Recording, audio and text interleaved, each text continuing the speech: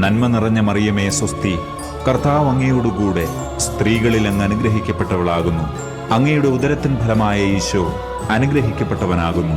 പരിശുദ്ധ മറിയമേ, തമ്പുരാന്റെ അമ്മേ, പാപികളായ ഞങ്ങൾക്ക് വേണ്ടി ഇപ്പോഴും ഞങ്ങളുടെ മരണസമയത്തും തമ്പുരാനോട് അപേക്ഷിക്കണമേ. ആമേൻ.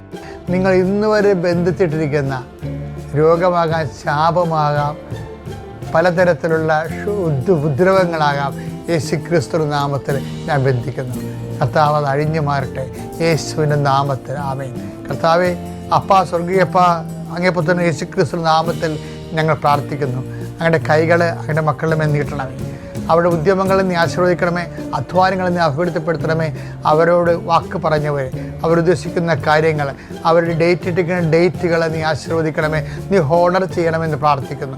ഓരോ മക്കളും ഓരോ ഡേറ്റിനെ ഓർത്ത് ആശങ്കപ്പെടുന്നവരുണ്ട് ഈശോയെ.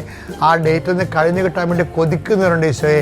ആ സമയത്തിൽ കർത്താവേ, നിൻ്റെ സാന്നിധ്യം ഉണ്ടാകണം പ്രാർത്ഥിക്കുന്നു. സഞ്ചാരി മാതാവേ, സമയത്തിൻ്റെ അധികാരി, ദൈവത്തിൻ്റെ കരുണയുടെ പ്രതീകമേ, ദൈവത്തിൻ്റെ കരുണയുടെ അനുഭവ തലങ്ങളായി അമ്മേ അവർക്ക് വേണ്ടി മാധ്യസ്ഥം വഹിക്കണമേ.